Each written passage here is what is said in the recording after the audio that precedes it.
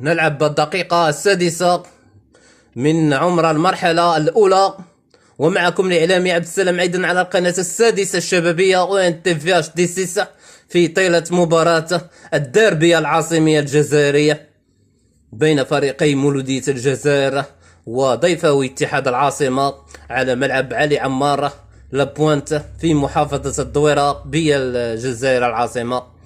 ركلة مرمى لفائدة فريق مولودية الجزائر عن طريق رمضان عبد اللطيف على الجهة اليسرى لفائدة أيوب غزالة.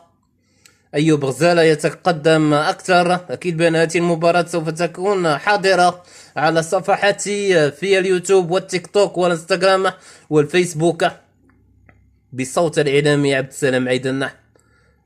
رمضان عبد اللطيف يتجه بالكرة على الناحية الوسطية لفائدة مولودية الجزائر، صارت لواجهة دفاعات اتحاد العاصمة.